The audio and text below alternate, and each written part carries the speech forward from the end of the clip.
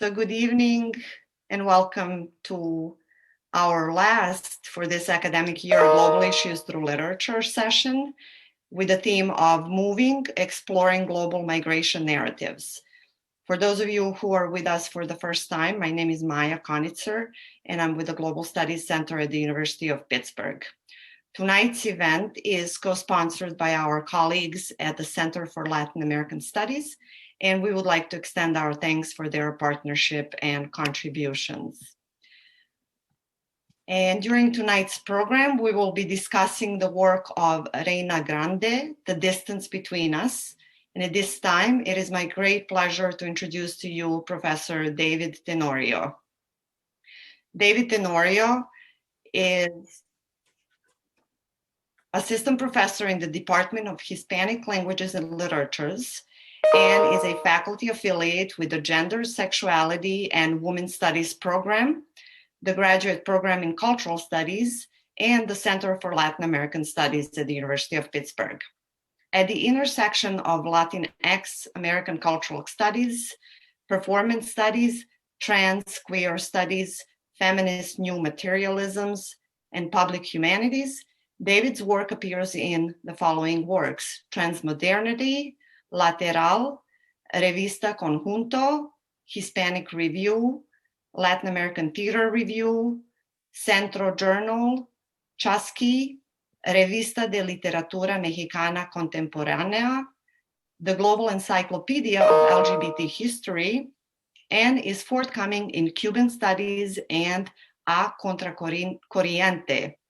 David serves as co-chair of LASA's Sexuality section, as well as newsletter editor for the Caribbean Studies Association.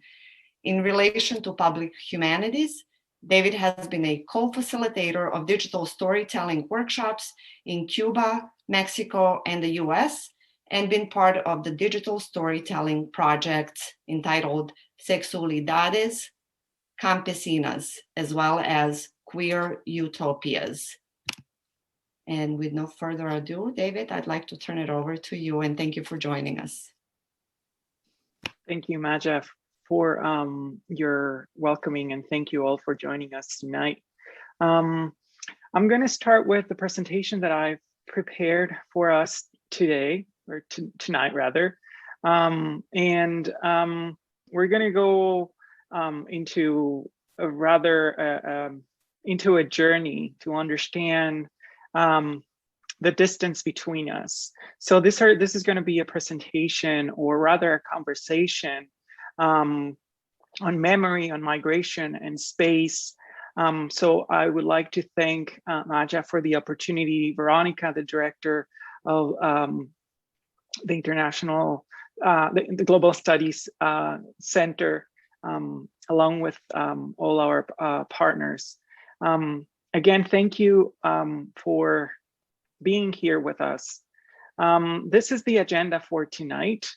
We're going to do a little brief history of the United States, of Mexicans in the United States. Then we're going to go into a discussion of breakout rooms. We're going to take some breaks in between, and then we're going to focus on the second part on how to teach, or how to approach this book from a teaching perspective. So I've called the second part of the presentation "Teaching the Distance," and then we're going to talk about some of the most salient and important aspects of the memoir, which deal with issues of memory, of migration, of trauma and reconciliation. This is more of a this is not intended to be a comprehensive list of topics or themes, but rather some of the most relevant tropes and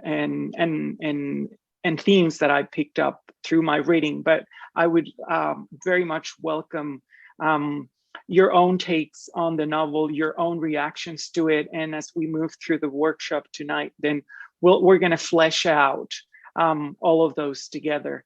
Then later on, we're going to move on to the resources and what are some, how can we complement this with other cultural texts in circulation today, whether they're digital projects, whether they're films, whether they're other novels, and then we'll wrap up with some questions. And along the way, I also welcome your participation. So please feel free to interrupt if you have any questions. We're also going to have time to tackle some of we're going to tackle some of your own reactions to the reading through our breakout room discussions. Let's then start with, I said there was going to be introductions, but before we move on to the topic, if you can if some of you can maybe talk a little bit about your background and where are you coming from, so that in terms of like where are you located, what do you do, in terms of getting a sense of who are we talking to?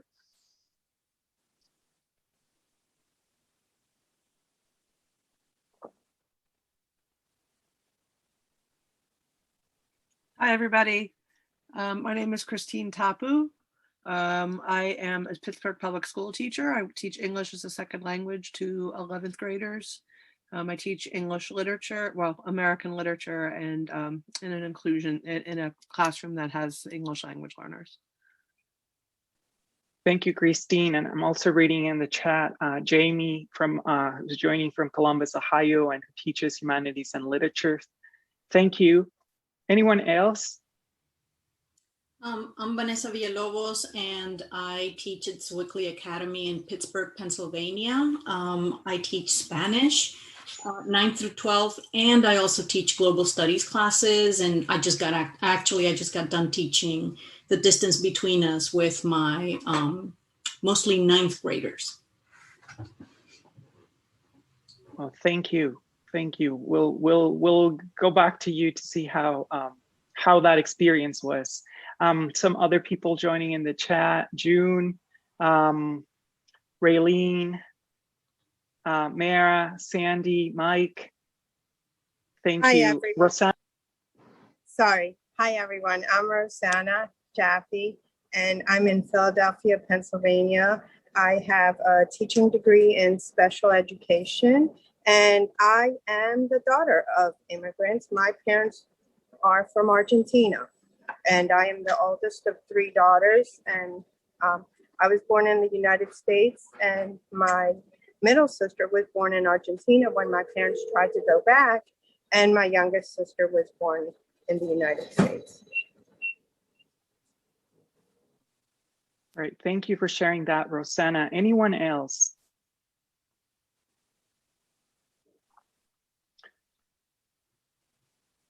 I see someone in the chat, Deborah, who teaches English in high school and who really loved the book.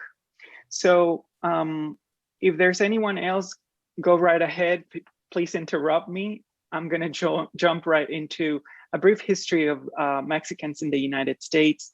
And we're addressing this particular population or national population because Reyna Grande, an undocumented child who later on crosses the border to be with her dad, and she's writing this as a reflection of her personal story. So I'm focusing on Mexicans in the United States, not just because that resonates with Reyna Grande's experience, but also because Mexicans in the United States, or Mexican Americans, also constitute one of the largest migrating groups into the United States.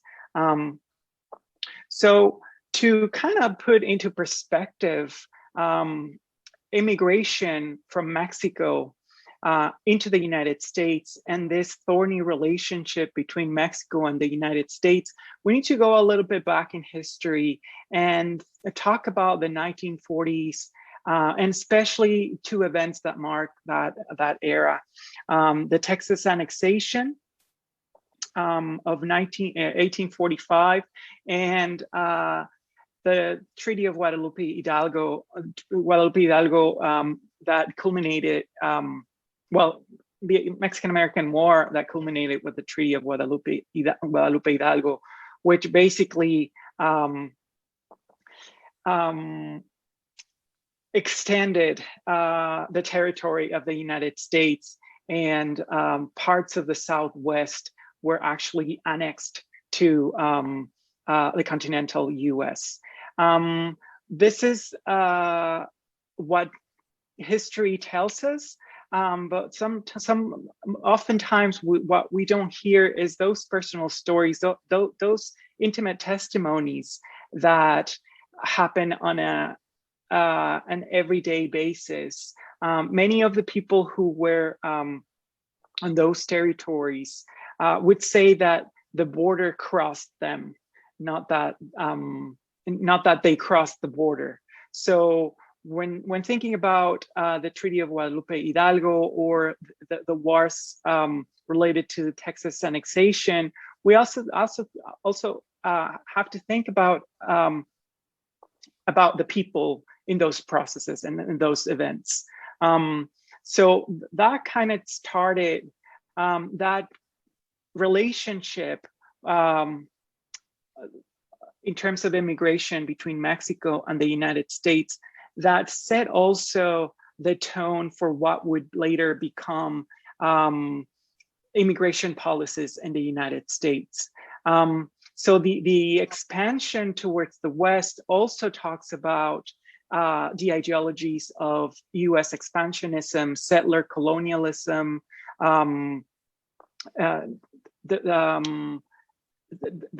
this ideology of the manifest destiny rooted in Protestant ideology, religious ideology, that has driven the expansion of the United States and its strengthening as a hemispheric and global empire, even today. So those are the histories that need to be, we need to engage in conversation with, so that we trace back and go back and trace all the textures and the complications about migration between Mexico and the United States. The gold rush of 1849 also facilitated a lot of an influx of migration, especially from the Southern Cone, from Asia, the development of the railroad, where Asian immigrants were brought into the United States as cheap labor. So all of that is connected into this very tumultuous period of time where the US was solidifying as a nation. And with that solidification also came some resistance. Las Gorras Blancas, or the White Caps, these were Mexican resistant groups that would just fight back on their land and really fight for their right to labor. So this period, the late 19th century to the early 19th century, was also characterized by a rampant modernization. The construction of the railroad, the explosion of the agriculture business or industry, which also demanded a lot of labor, which at the time was not, people were not there to be able to satisfy the demand of labor at the time. The plan on some other events that have affected that relationship between migration nationality and identity of Mexicans in the United States has also been the plan of San Diego in Texas. And with the Mexican Revolution particularly, and then later on the Cristero War, that also detonated a lot of movements. The poverty in Mexico and just the period of war during the 1910s and 1920s really pushed a lot of people out of Mexico into the United States. And not only that, but the Mexican Revolution and the critique of the dictatorship at the time in Mexico actually found a strong enclave in the border states of the South. So Mexico and the United States have had a long, sometimes intimate and problematic relationship.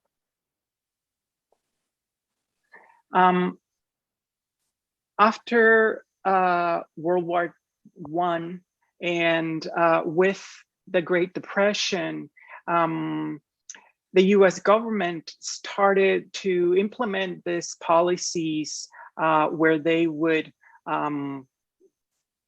other immigrants, or not just immigrants, but US born citizens. And this is where this persecution of Mexicans really began to acquire a different tone. The 1920s, and especially with the Big Depression, there was this rhetoric of anti-immigration or anti-people of color, particularly. In the case of the Southwest, it was Mexicans, it was Asians that were stealing away jobs, and they were being chased out of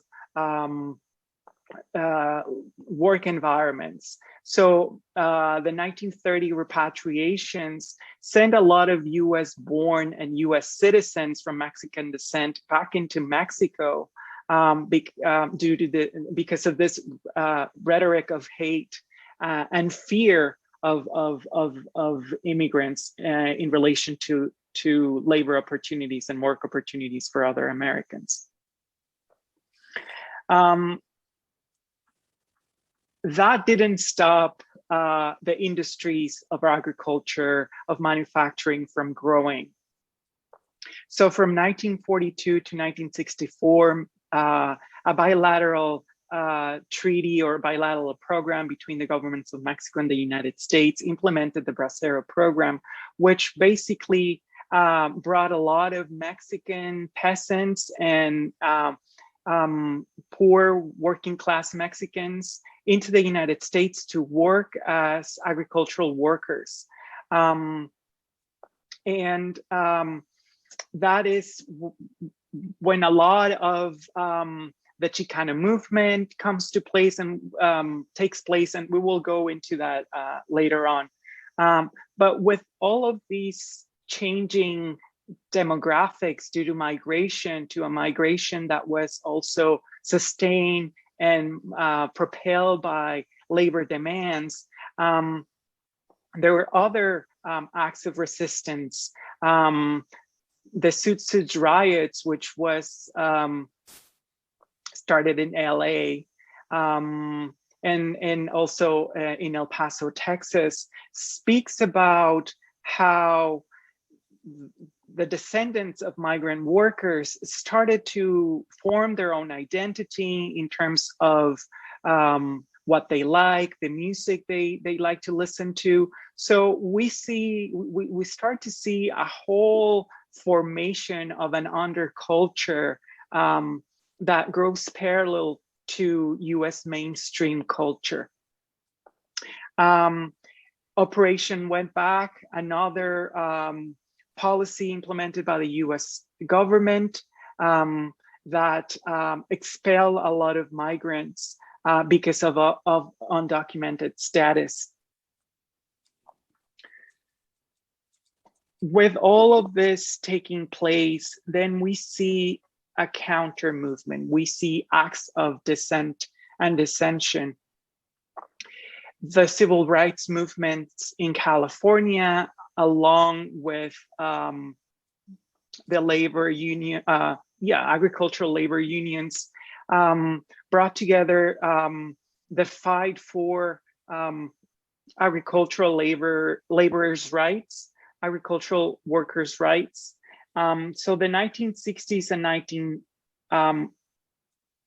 1980s are gonna bring the creation and the solidification of the United Farm Workers movement, which sets the precedent for the Chicano movement, organized by Cesar Chavez, El Teatro Campesino of Luis Valdez, who was a theater that was a cultural initiative that brought theater to agricultural workers out in the field. So that, along with Black Panthers, with all the revolutions around the world, and the Cuban Revolution, the student revolution in the student movement in France, the occupation of the Czech Republic by the Soviet Union. So all of those global events also impacted radical politics that inspire the Chicano movement. So at the end of the 1970s, the end of the immigration system of national origin quotas really reshaped how immigration into the United States would look later on. So this was just more of a panoramic view of Mexicans in the United States, just to highlight some of the most important events that have characterized immigration between the US and Mexico from the last century. But I would like to start a discussion, and if we can have, we can break out in rooms to see and talk about what do distances mean to you. And with that, I would like you to reflect on what the word distance bring to mind, what memories, what experiences, what longings, and what connections that word detonates in you. So David, would you like me to send everybody to the breakout room right now? I have them created. Yes, let's go for it, and we're gonna have like 5 minutes if that's okay. Sounds good. So the question is that they're going to be discussing is about distance, right? Yes, yes. So I hope you all had a chance to talk about what distance mean to you. And in thinking about distance, I realized that that was the first distance that I created with the presentation, in like making that big jump from context and history to your own personal stories, which is in a way recreating some of the strategies of Reyna Grande, who is moving across history from her own position, her own experience, and personal story. So I was tapping in and out of breakout rooms, and some of the things that really resonated from your discussion was this reflection, this idea about distance as something that's relational. And with that is that it has a meaning between when people come together or when people are in absence of one another. And distance also talks about this abstract idea of space, and how spaces, or the lack thereof, create pain, confusion, that they're not just physical, but also emotional, And in that particular case, in the particular case of the novel, there are instances where we can sense estrangement. Some of you were also reflecting on the past, our own collective experience through the pandemic, and how social distance has also acquired new meanings. And in that sense, our own meaning of, or what our own experiences of distance, social distancing, for instance, has shaped how we perceive it.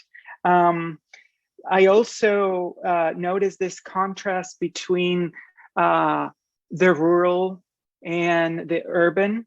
I was hearing some groups talking about the place of Western Pennsylvania, and how is sometimes really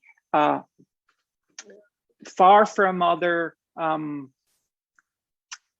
centers in the country, particularly the East Coast, and how also distance evokes this sense of hardship after reading the book, and also just hardship for those of us who came here as migrants, and then we'll flesh out all of these textures of what is distance to us, and how our own take on distance make us establish a connection with the book. And thinking about then teaching strategies with your student, then and I'm sure you've deployed a lot of these strategies. Is try to establish a personal connection with the text. There is something relational about the book. In my case, I can share with you that the last chapters were very triggering. Her experience when she's retelling her experience with her dad, and all these moments of violence that also evoked certain memories of my personal past, and that triggered something. So I was affected by that retelling of trauma and violence. So thinking about distance and what that creates, we tap back. Then we're kind of like going back and forward, so that we also kind of create that relational space between us. Going back then to the contested relationship between the US and Mexico, and what also is very important as the background context of the novel was the 1986 amnesty of President Ronald Reagan. And I'm just quoting what he was saying in a discourse. I believe in the idea of amnesty for those who have put down roots and lived here, even though sometimes back they may have entered illegally. So with Reagan, then what we see is this political discourse and political rhetoric about the illegality of immigration. And with that, also using illegality as a synonym to a threat to the nation, a threat to a space of belonging, in this case, America, and in particular, white America. So the 1980s and 2000 really marks a period of mass migrations into the United States, not only from Mexico, but also from Central America, from other parts of Asia. That movement of bodies, those flows of displacement have a particular history. And in the context of the Americas, and I talk of the Americas as the continent of the Americas,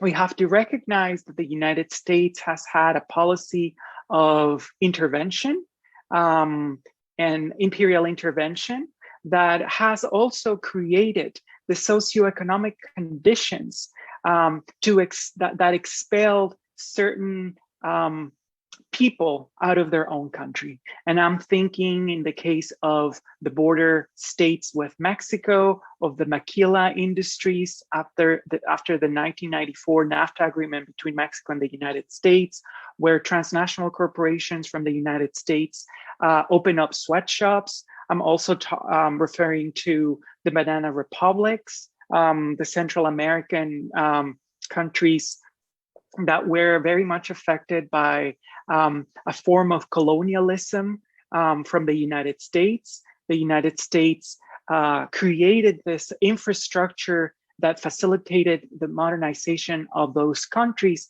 in the name of progress, but to serve corporate interests. And I'm talking about the banana industry, the exploitation of certain resources, and that created the conditions, material or otherwise, that has the conditions to the conditions for mass migrations in the last decades of the 20th century.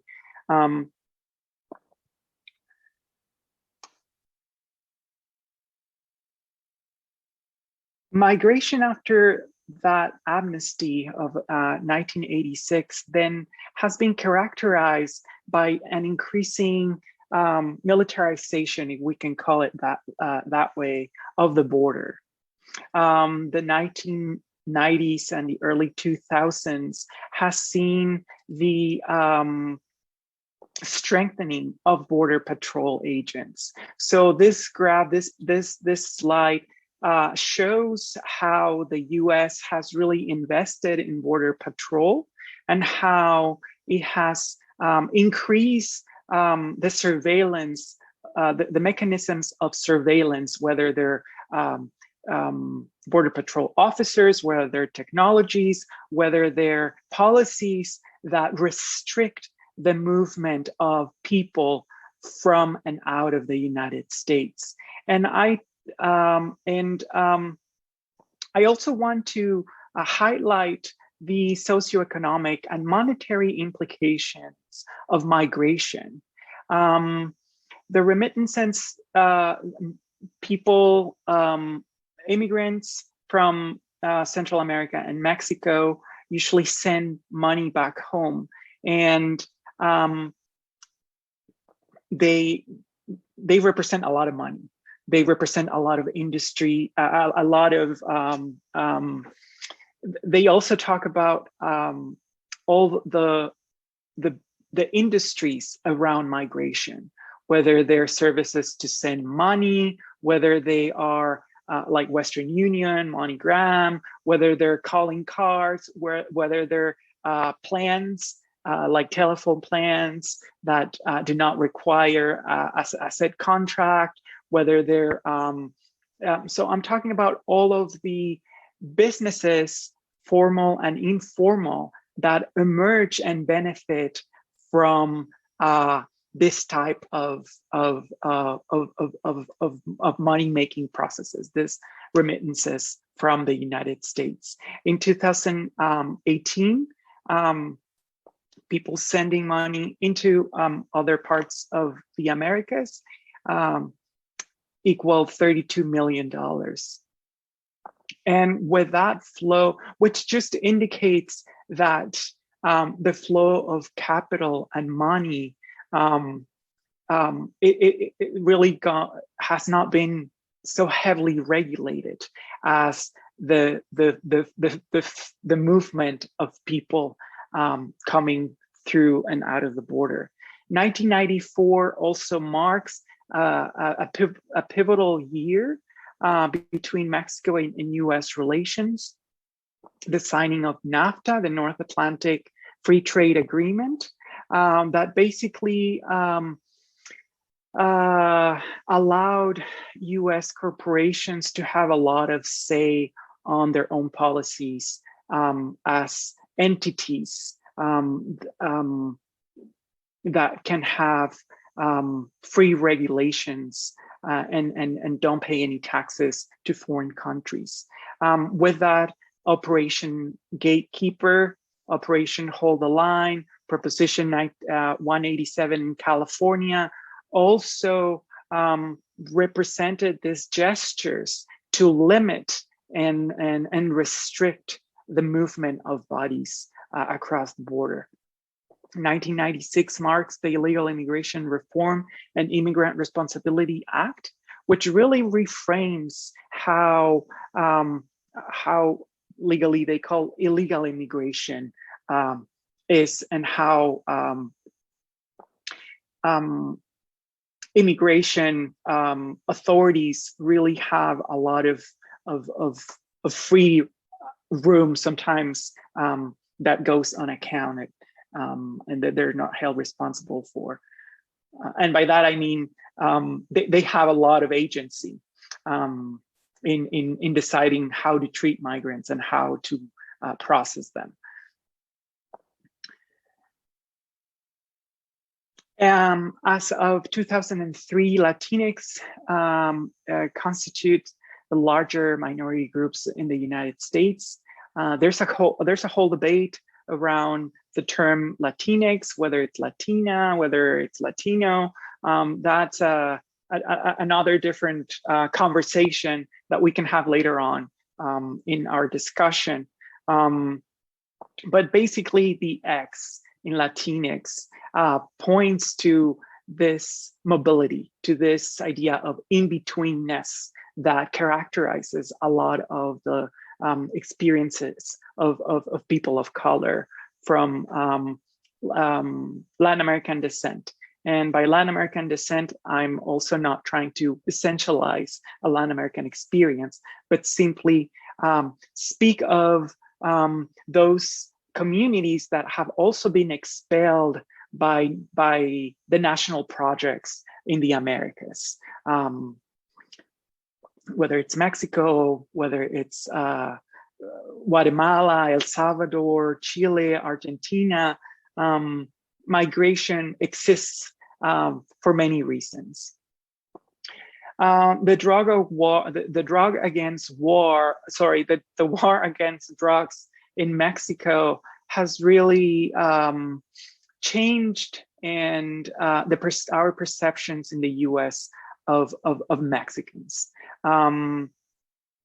The program, Secure Communities programs, has utilized the war against drugs as an alibi or as a pretext to further patrol and solidify the mechanisms of control around the border.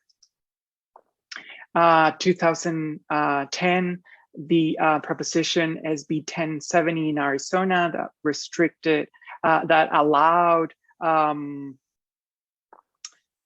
police officers to local law enforcement officers to detain and control, detain people that are seen or racialized as migrants, or rather undocumented migrants. The Defer Action for Childhood Arrivals, DACA, or the Dreamers, that started with Obama, has also kind of created a whole national debate on the legitimacy of immigration, and we can see that even today. A lot has changed since then. We just went through some rough years under the Trump administration, and which were characterized by a demonization of immigrants. We also see a double-sided policy that on the one hand benefits from cheap labor and acknowledges the need for migrants, but yet on the other constantly frames immigrants as a threat to American exceptionalism and this rhetoric of American essentialism. So the number of undocumented Mexican migrants, interestingly, has decreased in the last years.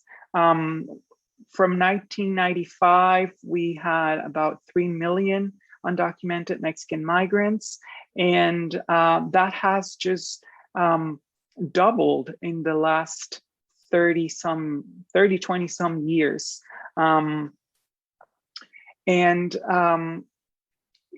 In contrast with that number, the number of Mexican Americans since the 1980s has almost tripled. Here I bring back some, I hope I'm not triggering any traumas, or I hope I'm not going back to a recent past that might have difficult or not for some. We see this rhetoric of how the federal government under Trump really weaponized undocumented immigrants, and how ICE under the US uses the immigration system of the United States, what was really manipulated as a political strategy. This is just to illustrate how immigration from Mexico into the United States has always been around the American imaginary, how images of immigration, whether they're good or bad, have always circulated within those cultural networks, cultural circuits that we are in tune with, whether they're liberal, whether they're conservative, whether they're underground. There is a debate around immigration, and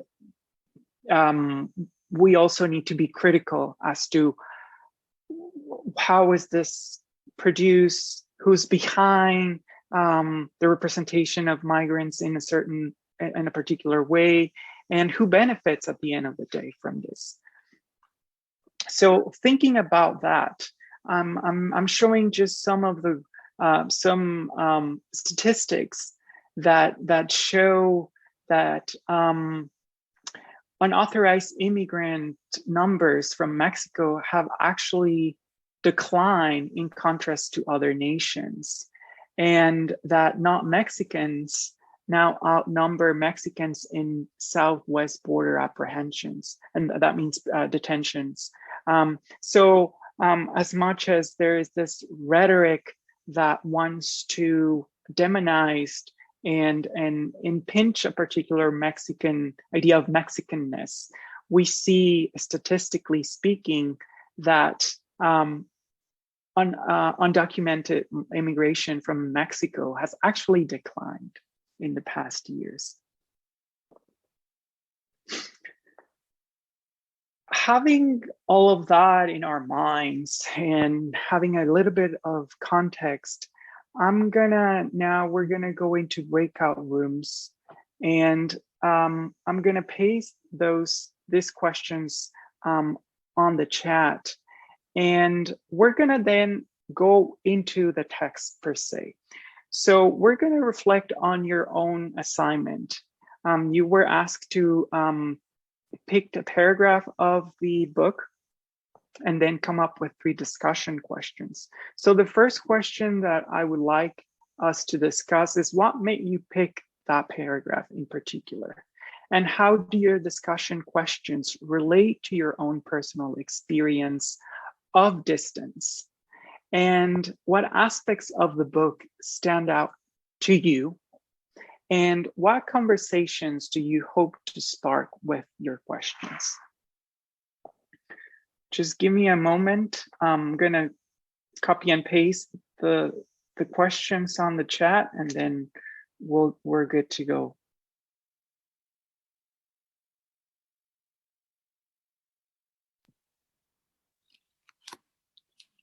I just also wanted to make sure that once Professor Tenorio puts the questions in the chat, if somebody can pull it, because I'm not sure if it's available once you're in your breakout room, whether you could access that original chat. So I was just wondering if you would want to copy it prior to being sent to the breakout room. And I'm ready to open the breakout rooms.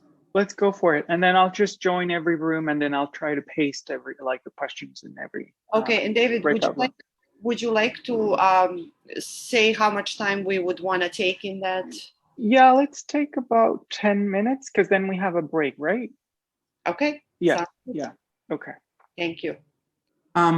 So this quote by Gloria Ansaldúa, which really condenses a little bit of what Reyna Grande is speaking about when she reflects on that idea of in-betweenness, of being in a space that is foreign and strange, but at the same time that she cannot return to that place that she calls home. So she's in a way expressing that eerie feeling of feeling out of place.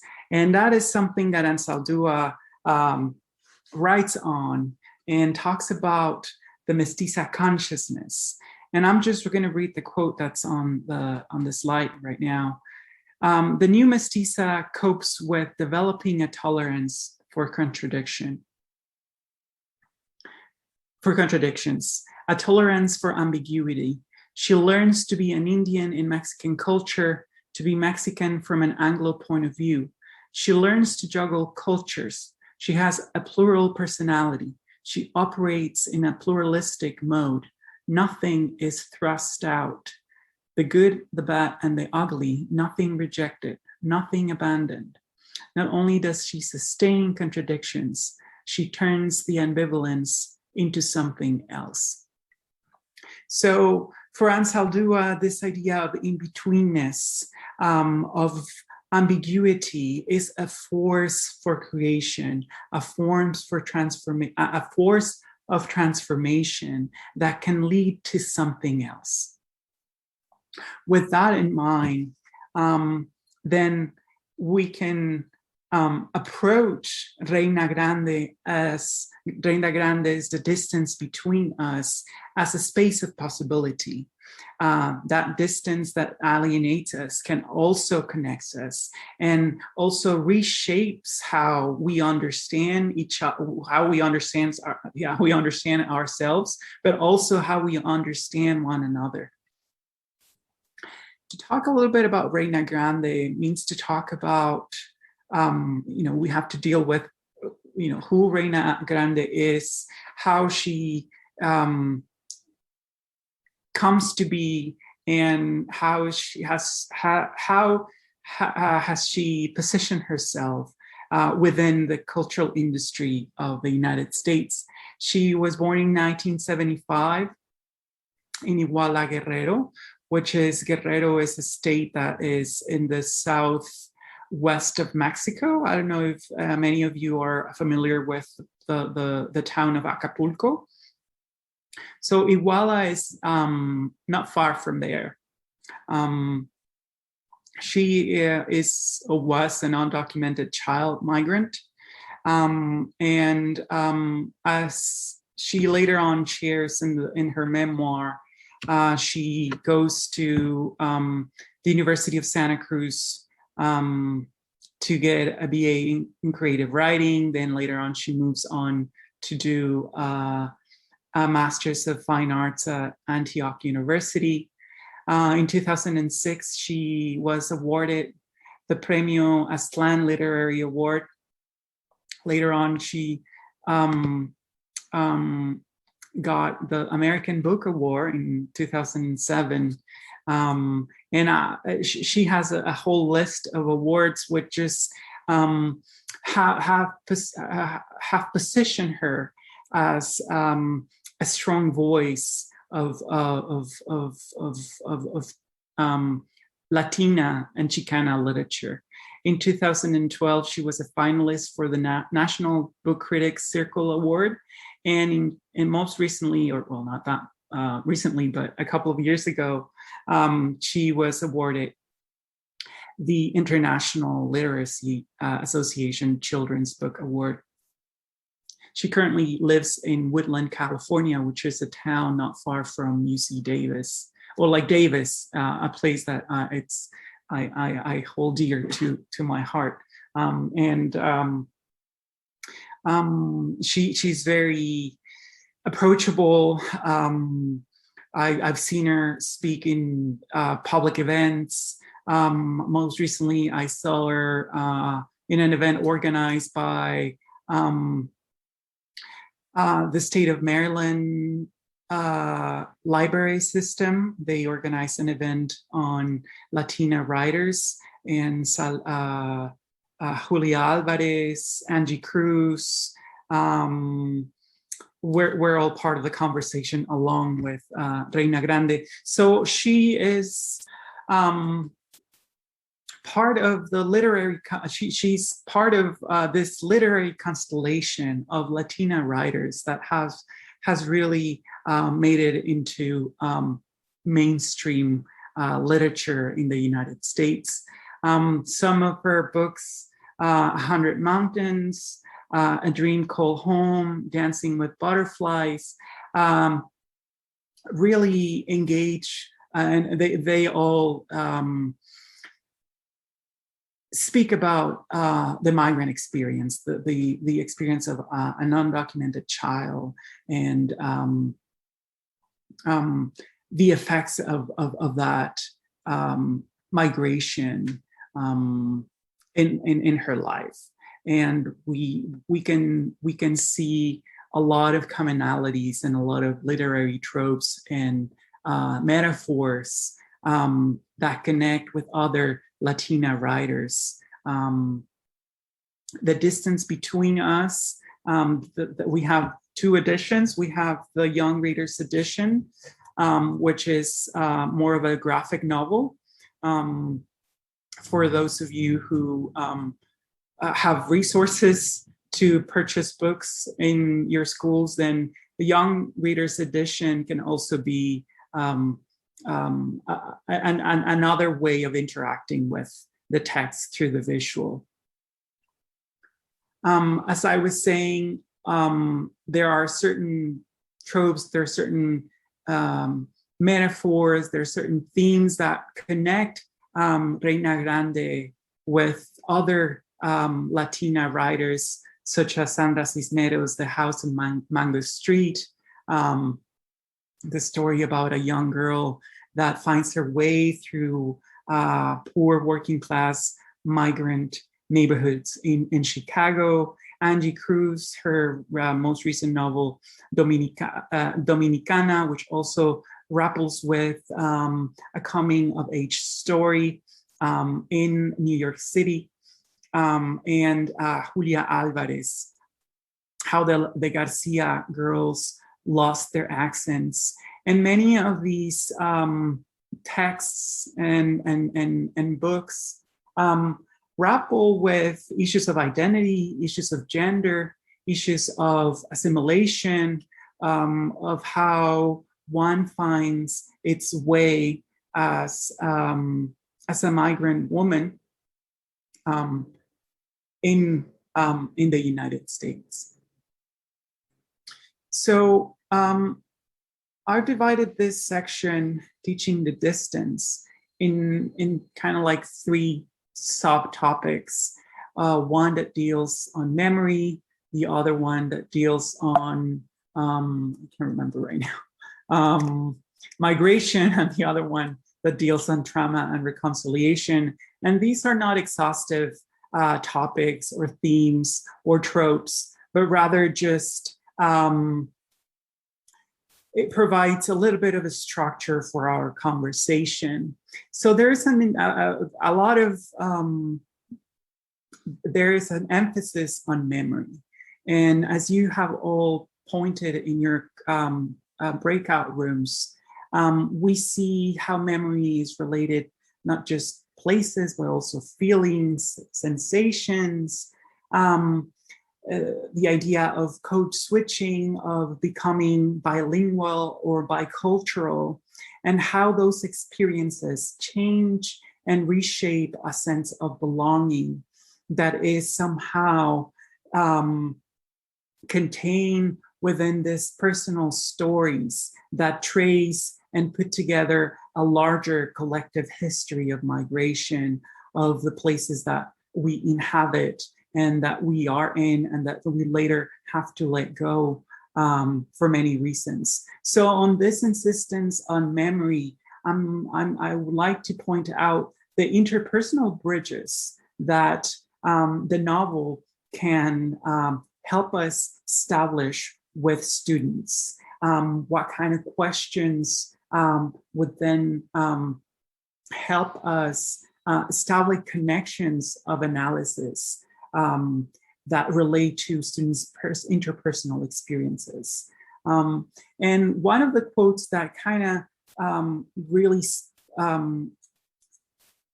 spoke to me in relation to this idea of memory was, Pam has also mentioned this on page 175, it's at the top of the page, when she's thinking about Mexico in the whistle of the midnight train traveling on the tracks that run parallel to Figueroa Street. So the novel is full of this kind of memories that are connected to sounds, to sensations, to experiences of the of a particular time and place that connect to a distant past. So with this idea of memory also, we see how her identity is being changed and how she's understanding her own identity through those experiences. And many of the examples, the quotes and the excerpts that you have cited connect to that relation between memory and senses. We also see that evolution of how she's perceiving certain senses and how she perceives certain memories. So we have this retrospect, this hindsight perspective, this looking at the past. And in that way, she's also finding a way to connect to her own writing. And we later on, we're going to talk about the importance of literature and how Reyna finds a refuge in writing, and how her teacher, Diana, really is a pivotal force that allows her to find a medium of expression. There is another larger theme that connects to migration, that speaks about the context, the history of migration. We see the NAFTA agreement being mentioned. We also attend to her own awareness of the 1986 U.S. amnesty by the Reagan government. We see also the history of poverty in a way in Mexico, the living conditions in certain rural communities in Mexico, and how the drug and wars, although not directly addressed as such, but we see that evolution, not evolution, but we see that change of living conditions in Mexico, and how her she doesn't go back to her hometown of Iguala once she crosses the border until later on, once she becomes a resident of the U.S., a documented resident. With that, then we can also tease out or attend to the intersections of class, gender, sex, race, and ethnicity, and how they impinge on migration. And although we can have very particular connections to the text, I think we also need to pay attention to the nuances and the subtleties of how these intersections affect the experience of migration. It's not the same. It's not the same experience of a non-documented. There are different experiences, and with that, I'm saying that the experience of migration really differs greatly from group to group, and especially when it comes to migrants from Mexico. We need to keep in mind that not all migrants are treated the same, and not all processes of migration end up being triumphant stories of the American dream. There are many experiences of migration also that speak about assimilation and how many people decide just to whiten themselves as an act of resistance, as an act of personal choice. But those choices are also contingent upon all of these intersections. To talk about migration in the context of the United States, we cannot avoid its politicization. And with that, I mean that there is not just a lot of debate circulating around mainstream media, but by the politics of migration, I also want to evoke the different power dynamics that shape who enters the country, who is branded or rendered a documented or undocumented migrant, what renders someone a migrant, and also attend to those at times disregarded histories of US settler colonialism that have really shaped our current understanding of immigration in the United States. Many times in mainstream media or in just schools and even universities that are part of sometimes this erasure of history.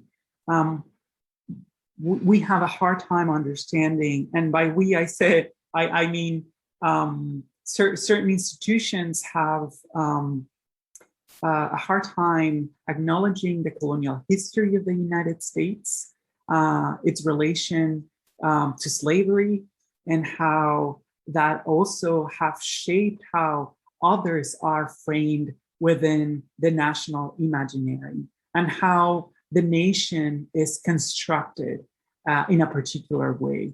And this kind of stories also helps us understand who the nation is for, and who is eligible to enter that space of the nation. Which leads us to talk about also to issues of neoliberal capitalism and global flows of labor and racialization of others. And by that, I mean that there are certain bodies that perform a particular work in the United States that are product of larger flows of capital that sustain our way of life. The agricultural industry, for one example, just to mention one of them. It also helps us understand that there are people sustaining our way of life.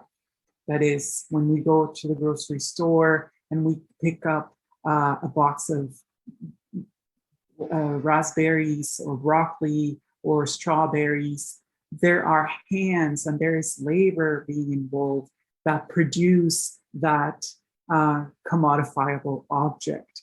So to think about migration also forces us to think about the history of labor and exploited labor in the context of the United States, and how that feeds into a larger global scale issue, a global force of labor.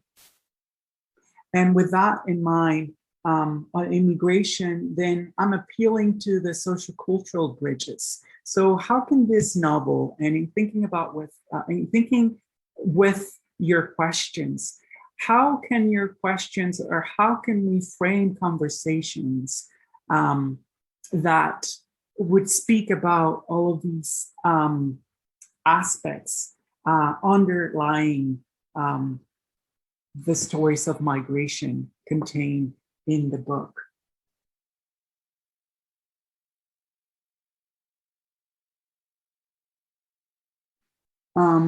Another can someone read what the quote on the text? Sorry, the quote. Can someone read the quote that's on screen right now? Sure. I thought about the border that separates the United States and Mexico. I wondered if during their crossing, both my father and mother had lost themselves in that no man's land. I wondered if my real parents were still there, caught between two worlds. I imagined them trying to make their way back to us. I truly hoped that one day they would.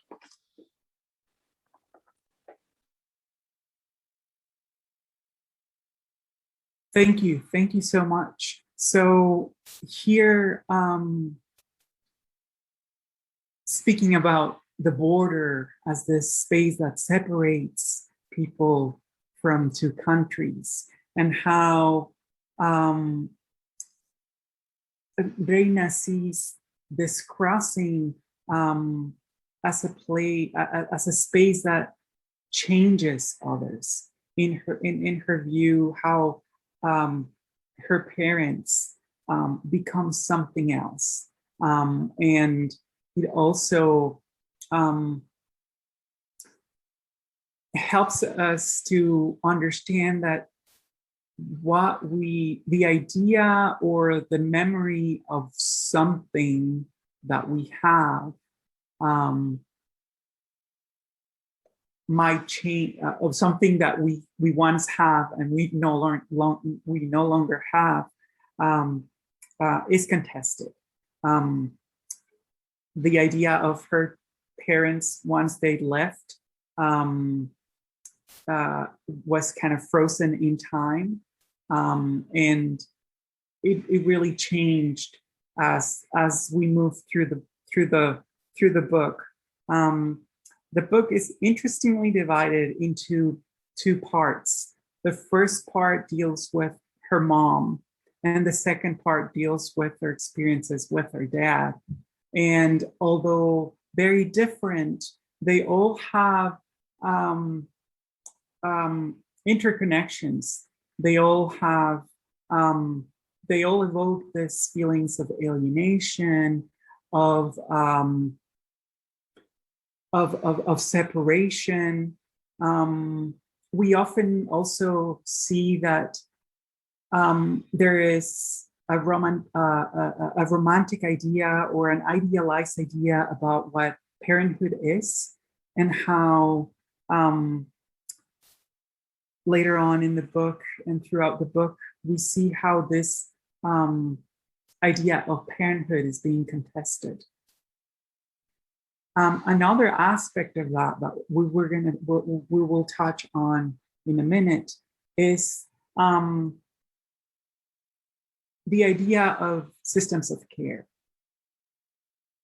And while they are left in Mexico, we see this whole ecosystem comprised of grandmothers, of neighbors, of distant cousins, of classmates that provide a sense, not just a sense of community, but also provide a network of sustenance to quote unquote orphan childs or children.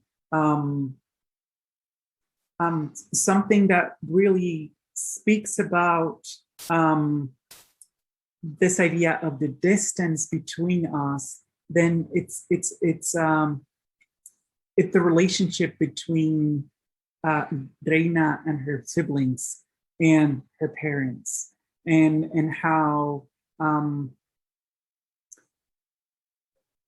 at the end of the book, I think that there is a change in her perspective as how she perceives her parents, and how she also moves to a place of understanding and tries to empathize with the reasons that guided their parents' decisions. And which leads to that third axis that centers on trauma and reconciliation, and how childhood and parenthood, more than static categories or definitions, are often defined by practices, that real life practices, that what we do to the children if you're a parent, or what we do to parents if you're a child, or a daughter or son. I think that the memoir does an excellent job in contesting and challenging how we understand parenthood, and how childhood for certain people is not that peaches and cream experience, which speaks then of structural violence and the systems of oppression that allow that trauma to be replicated and to be transmitted, but also how other structures, social structures, replicate and bank on traumatic experiences. And I'm in that, I think I'm doing a little bit of projecting myself, working for a university, and I'm sure that many of you might share this, your own experiences as educators and as employees of a structure, of a public infrastructure that is collapsing and whose budget is constantly shrinking. Then this is a great aspect in the novel when we can talk about those systems of oppression that bind on the precarization of life and exploit extractive logics of labor. As educators, we usually, or oftentimes, we run on fumes. Sometimes we also have to fight to make space for others. And in that sense, the distance, the idea of the distance, or this spatial aspect of the distance, changes how we think about space and the space that we occupy, and what are the power dynamics that shape those spaces. With that, there is a lot of intergenerational trauma that is related also to an earlier point on the intersections of class, gender, socioeconomic status, place. We see a subjugated or position of women in not just in Mexican society, but in many societies. And I would like to also point out that the fact that this workshop is many of the people attending today, the vast majority of you are women, and that as women, you also deal with a lot of misogyny and sexism, and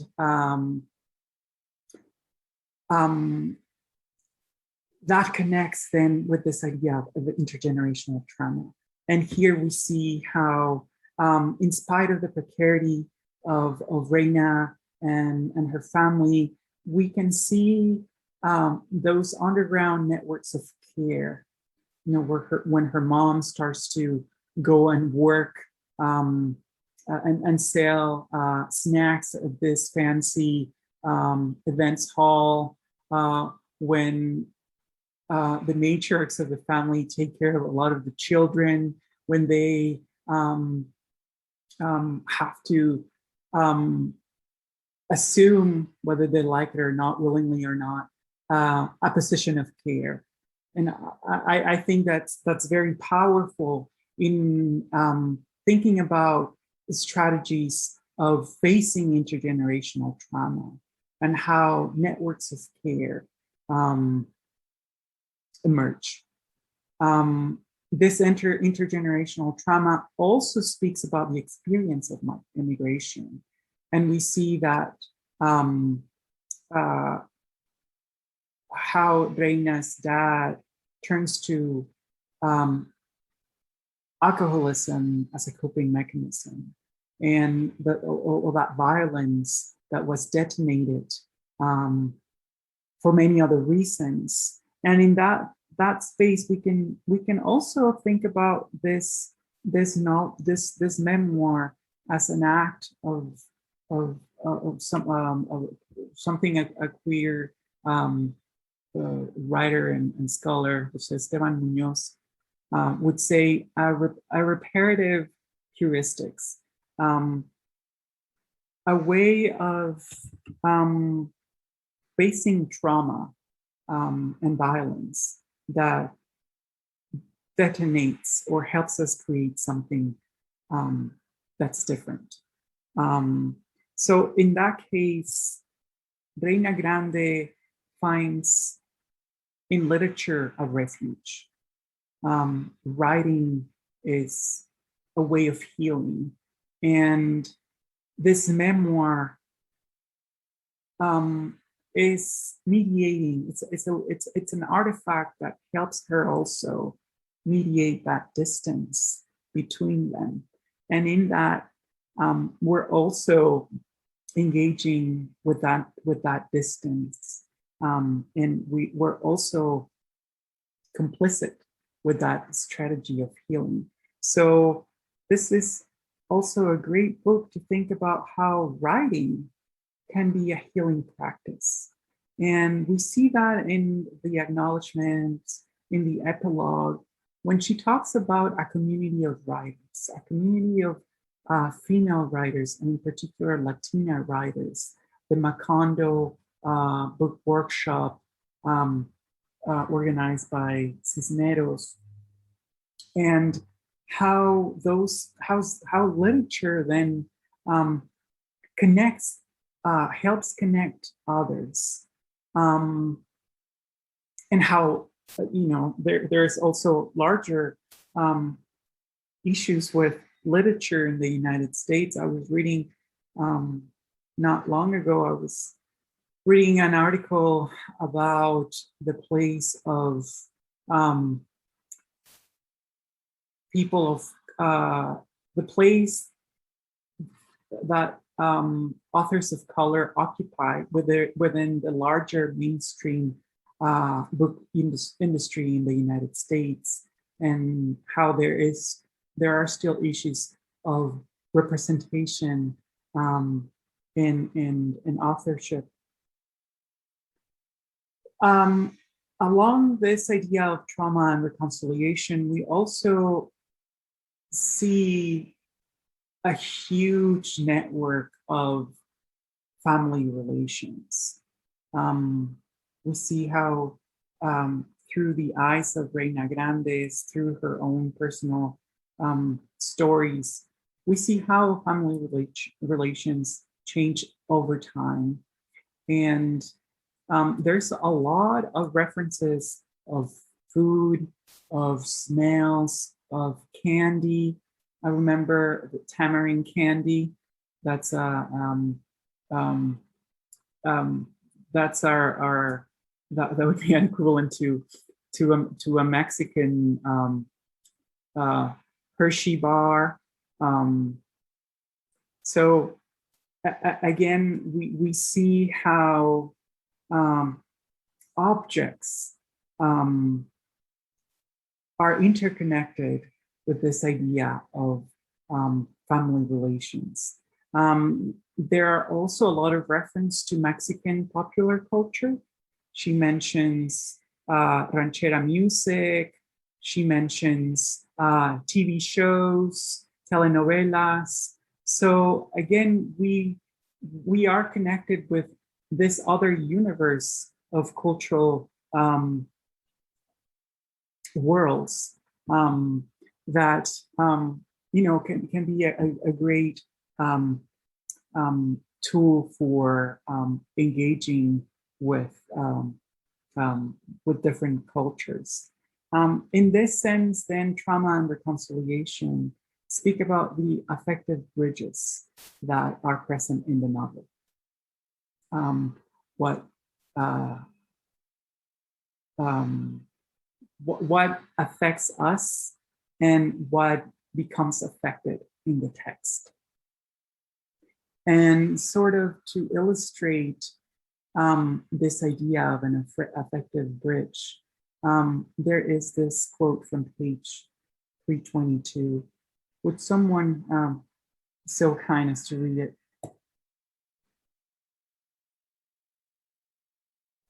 I'll read it again. The day before my 36th birthday, I found myself at my father's hospital bed as his life support was turned off.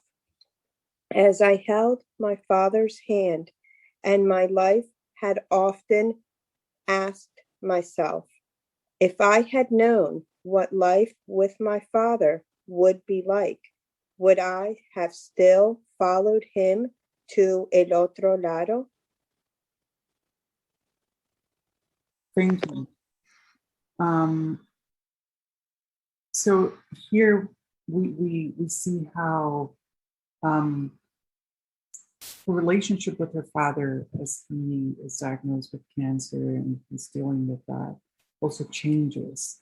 And her own experiences after migrating to the US, after going into college, after being exposed to writing and reading, really help bridge that distance.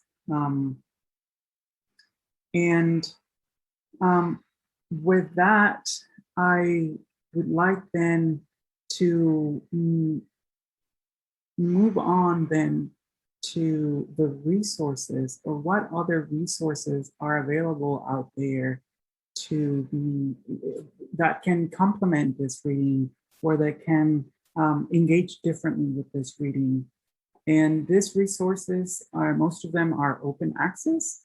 Most of them are digital archives that you can easily access. Some of them are books or pieces of literature that are available through a public library, or even you can download it as PDFs online. At the end of the day, this is all used for educational purposes. So, I don't think they're going to come at us. But in speaking about this experience of undocumented stories and undocumented children and young adults, there's this wonderful website called UndocuTales. They have 3 seasons on YouTube, and they really touch on a lot of aspects related to young adults and teenagers.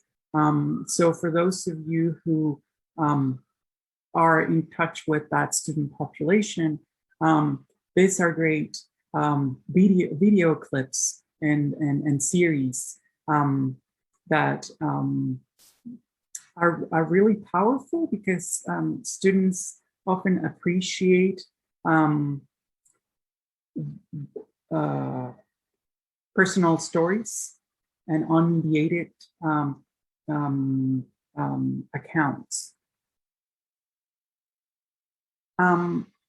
There is also a website that is the Queer Digital Archive that hosts the Undocu Queer series. This is a series of YouTube videos that talk about the experience of undocumented queers of color, people that are identified as non-binary, queer, bisexual, and also at times trans.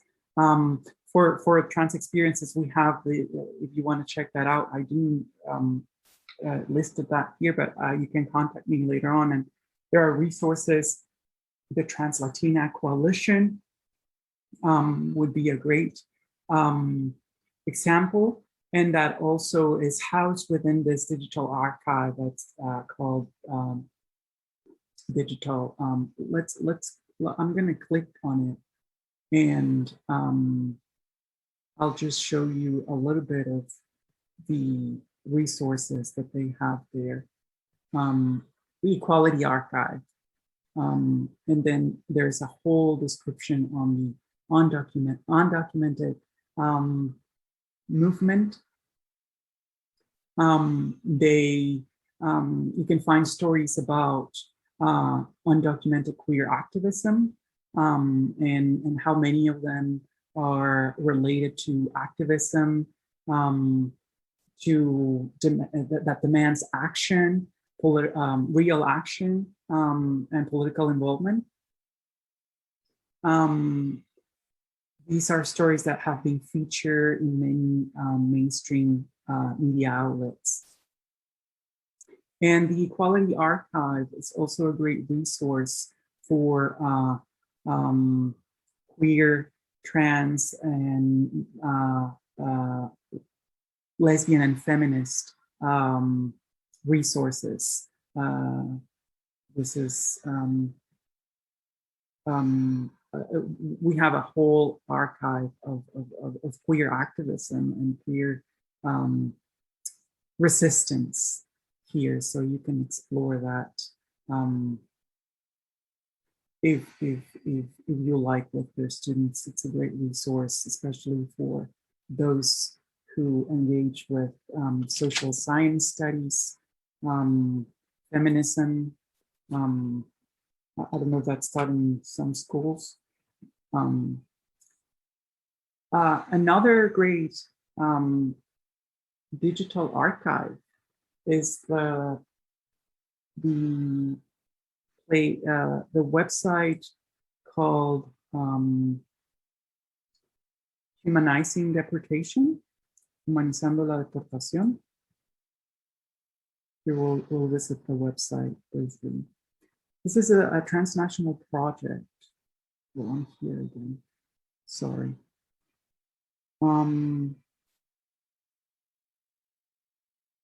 This is a collaboration between a series of universities in California and along the border states the northern states in Mexico. So it's a transnational project that involves many institutions across the border or along the borderlands. And it's a bilingual resource.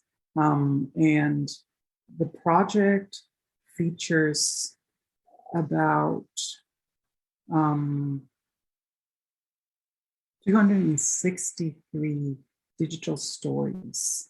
And these are personal stories of people who have been deported and who share their experience of deportation. They range from whether they have decided to stay in Mexico and make a life of their own, or whether they have returned as undocumented migrants into the United States. Many of them deal with transnational migration. In the case of Tijuana has many opportunities. We see the story of Central American migrants that are deported into Mexico, and they just sometimes stay in Mexico rather than making the trip back home to Honduras, El Salvador, or Guatemala. So this is a great resource to really humanize and hear real life and personal stories about what deportation does and what it facilitates and what it doesn't. I think that when we talk about migration, especially for into the United States, and when it comes to Mexican American or Salvadorian American, Central American American collectives, we also need to discuss the politics of migration. That is, what shapes immigration policy, and how are those policies, how those policies reflect the interest of certain people or not. So this is also a great resource, Humanizing Deportation.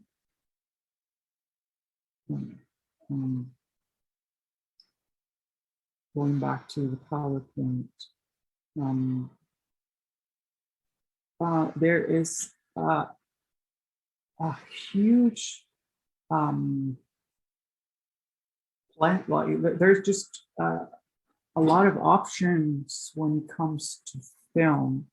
And by options, I don't mean that, there's, of course, there's an industry that benefits from a cultural industry that benefits from undocumented migration into the United States and all of these stories. And those conversations can also be framed within a larger theme of ethics. Who gets to talk about these stories? How the actual migrants are placed within the context of those stories, whether they're active producers of those stories or whether they're just objects of representation. In the case of film, there has been a boom in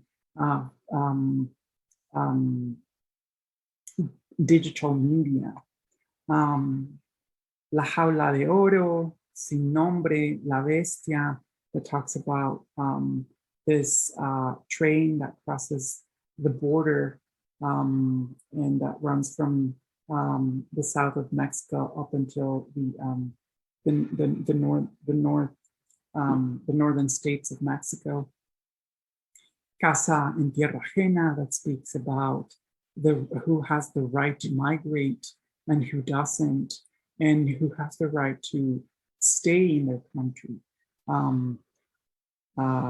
paying attention to the precarity of life, the level of poverty, and how that relates to global issues of labor and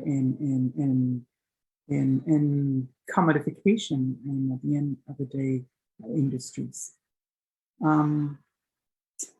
With that, I'm going to stop there, and I would like to just open the floor for, or just, leave space for questions, for comments. If some of you mentioned that you have taught this novel in the past, any suggestions, any strategies that you have implemented yourself in your own teaching practice with your own students. So this space is dedicated for you to really speak back and begin have a dialogue.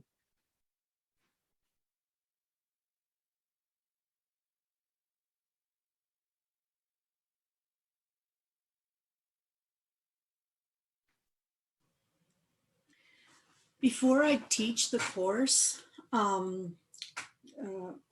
before I teach the book, we read Harvest of Empire, and that is by Juan Gonzalez, I believe, if I'm not mistaken.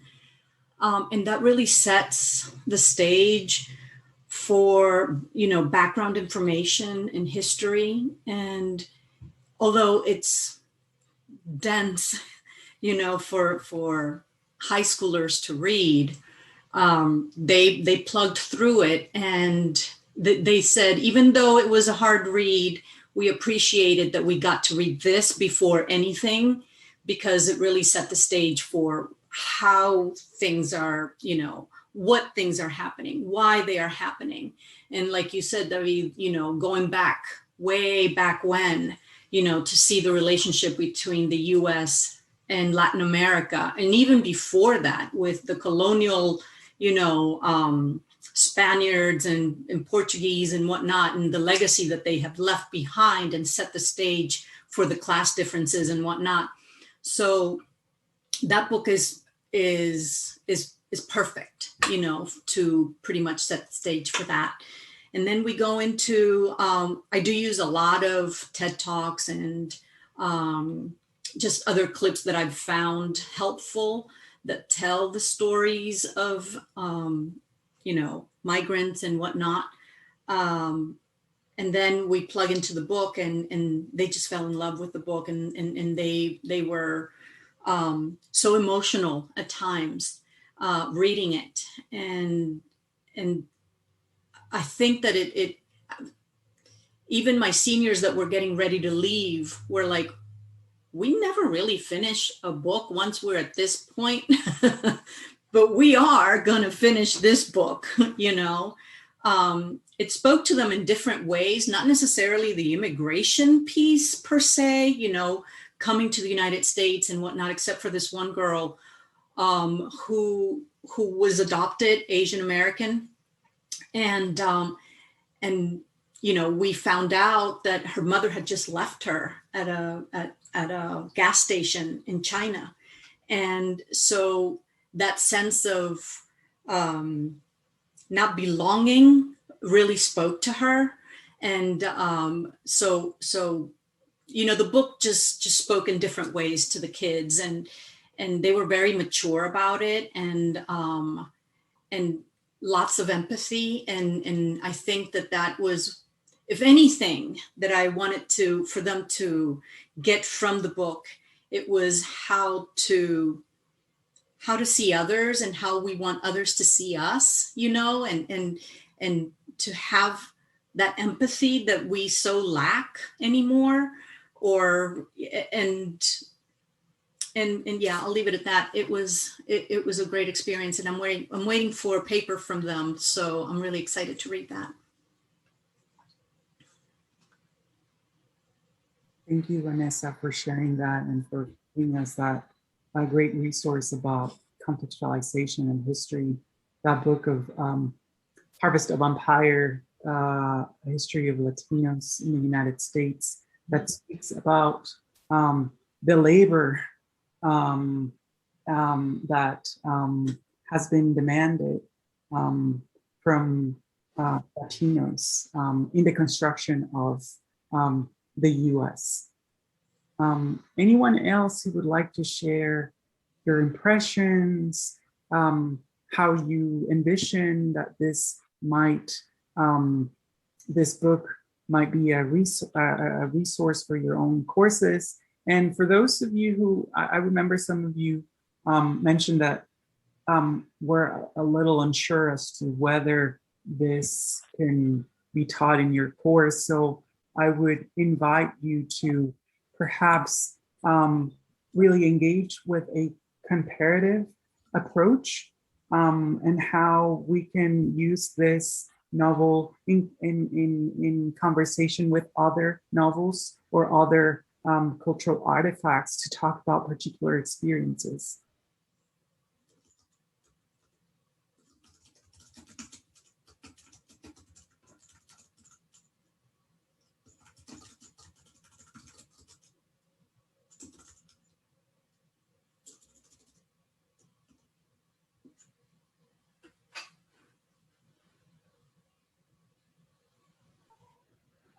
I think I would add that to just understand how different everyone's story is. So I would love it if I could get some of the parents of students to come in and speak to our group about maybe 2 generations ago, their relatives came from Europe, or this person came from Pakistan.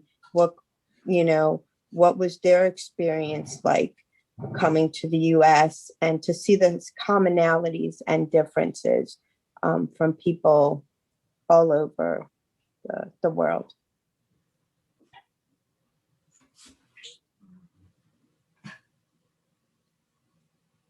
Thank you, Rosanna. And I think that's a great example also to think about, just to see what immigration means for different people, and also trace a history of race, of class, of gender, in how national imaginaries build certain identities around immigrants.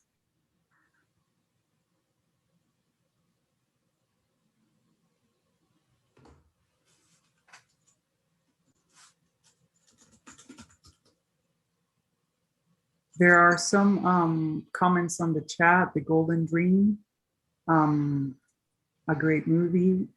Maquilopolis, which is a documentary about maquilas on the border.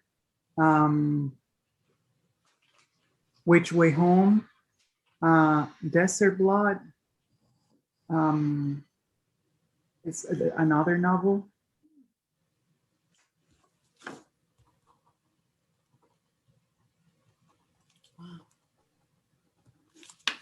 American Dirt, there was a whole controversy about American Dirt.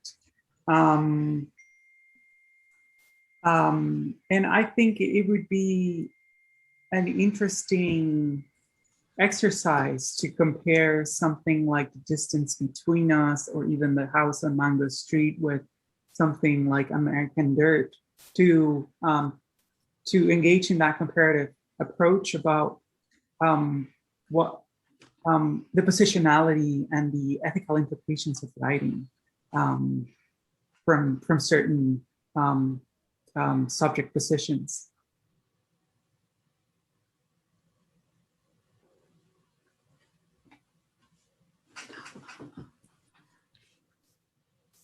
Hi, this is Rosa. I'm sorry, my camera isn't working. I've had all sorts of issues with my connection today. I live on the border, so I'm in Laredo, but I'm originally from Nuevo Laredo, and we have a lot of students at my school who are like me, right? I've been living here in Laredo for 15 years, but cross the bridge every day. My mother thought it was important that we learned English if we were going to be part of a bicultural, bilingual community.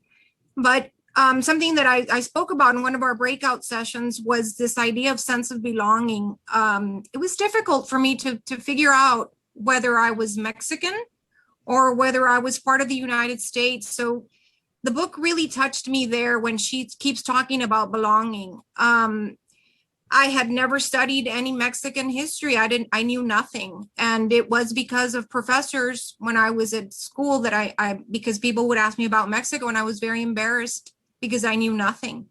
So it was thanks to professors. I took history of Mexico. The course was called Images of Mexico. And then I started to learn about my country. But it was a tough time. I mean, I didn't go through like an identity crisis, but when I would sit and think, where do you belong? Are you Mexican? Are you? And I'm a resident of the United States. I have not been able to take that step and become a U.S. citizen because I feel I don't know that I'm betraying my country or my culture. It's very strange. So, but after reading the book and the impact that Diana had on her, it just really opened my eyes to a lot of things that I had been dealing with that I really thought that I hadn't been dealing with, but I have for these. I'm 57, so it's been a while since I kind of, I guess, sat down and kind of reflected on that. So it's been a great read, and I think a lot of my students will get a lot from the book. Because like I said, they're in the same situation I think that I was many years ago. And I think by talking about those issues, we could, I don't know if they feel the same way that I did when they were my age. And I just think it's a great book. I'm a world geography teacher, and we read a novel every semester with my students. And I think this is definitely something that I will be reading in the fall. Thank you, Rosa, for that comment and for putting the novel in perspective, especially in the space that you occupy in that, Nuevo Laredo. I can connect because a lot of Mexicans go to Laredo, and I think it's also it also helps us understand the place the United States occupies in Mexican imaginaries, and in also imaginaries built around the experience of migration. Not just of Mexicans, but also of Central Americans. Your comment really resonated with many of my own experiences, many of the things that I've read, and Gloria and Saldúa for me. I don't think I have. Oh, right here.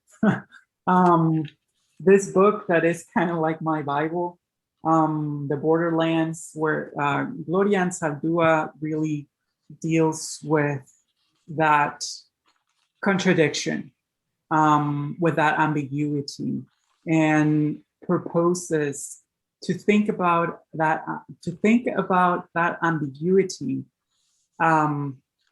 as a force of creation, but also a place that challenges the national narratives of both countries, both Mexico and the United States.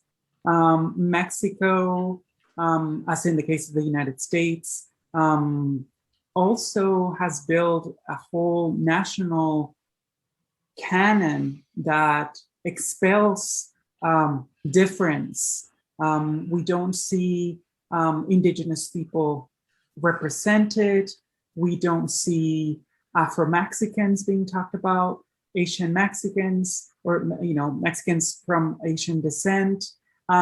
We have this idea of mestizaje, of a mestizo identity that really erases all differences and binds us as a nation. So for Gloria Anzaldúa, the new mestiza and this consciousness is a place that challenges both essentialist identities from Mexico and also the United States, and really appeals and invites us to embrace that ambiguous position.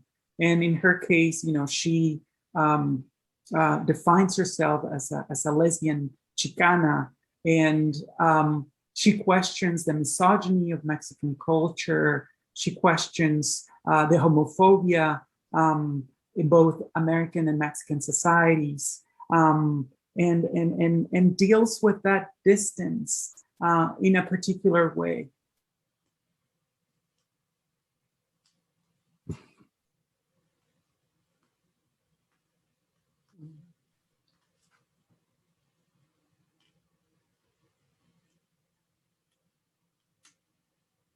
Anyone else who would like to just share your impressions?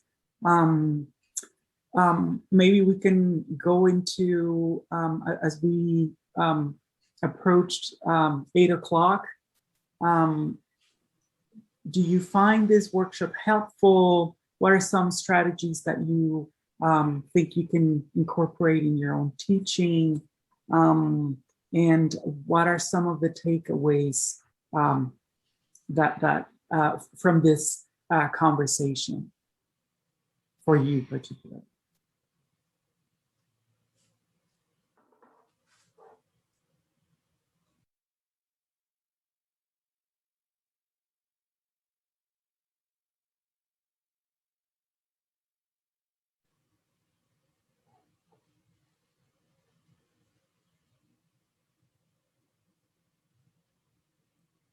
We'll enjoy the silence then. I'm going to leave my email address on the chat for some of you who would like to stay in contact or just, chat about resources and just stay connected. It's been, I'll pass it on to Manja, and thank you so much for enduring my presentation and also for being so engaging and attentive to this. It's been a real pleasure, and you all take care of yourselves and your loved ones as we transition out of this difficult time. Thank you, David. Thank you for your time, your expertise. It's been a wonderful evening. And I would like to just ask you if you would be willing to share your PowerPoint with me. You can send it to me tomorrow, or you already sent it to me unless there are any changes. I will include it then in the resource, page as I share it with everybody else next week. So thank you again for being with us and for entertaining us. And I think so. This was our last global issues in literature of this academic year. We are preparing our next year's sessions as we speak, and I wanted to kind of give you a sneak peek. This is not final, but we wanted to kind of get your opinion on what you think about this. We're looking at doing global science fiction. And so we thought that's something that the students might enjoy, that teachers might enjoy, that we all would enjoy reading titles related to the global science fiction. So good, nice, thank you. And we'll share all that information hopefully soon with the summer newsletter that's coming out. in the next week or so. I also just wanted to bring one other summer, actually 2 professional development workshops available to teachers this summer. One takes place in June, 3 days. It's interdisciplinary global educators. Some of you that are with us here participated last summer. If you can put a team together of 2 to 4 teachers and submit a quick application, it doesn't involve, it's not a large application, but 2 to 4 teachers within your school, and preferably you would be teaching this interdisciplinary course to the same group of students in the fall. Then send me an email, tell me I'm interested. I can wait for you for a little longer. The application deadline is approaching, but we can definitely think about adding some extra time for everybody. As we know, everybody's pressed for time these days and spending a lot of time online. So that's the interdisciplinary global educators. I'll drop a little note right here in chat. And another one that we have is the, Veronica, would you please remind me the name of the one that our colleagues Susan Dawkins is running, is called Summer Institute for Global Educators. Yes. Correct. And we can drop that in our chat as well. So if you're interested, please send me an email and say I'm interested, and I can forward any information your way. And Maya, I was just going to add, the Summer Institute for Global Educators is July 26th through the 30th. Yes, and with that, we thank you again, all, David and all the participants, for being with us, for enjoying this, and hopefully everybody gets something out of this. And we hope to see you all next year, virtually or in person, for those that can do it. Thank you. Maya, I was just going to add, for those far away, we will continue this at least in a hybrid format. So our folks who are like in Texas and in Colorado and South Dakota, we hope you will continue joining us.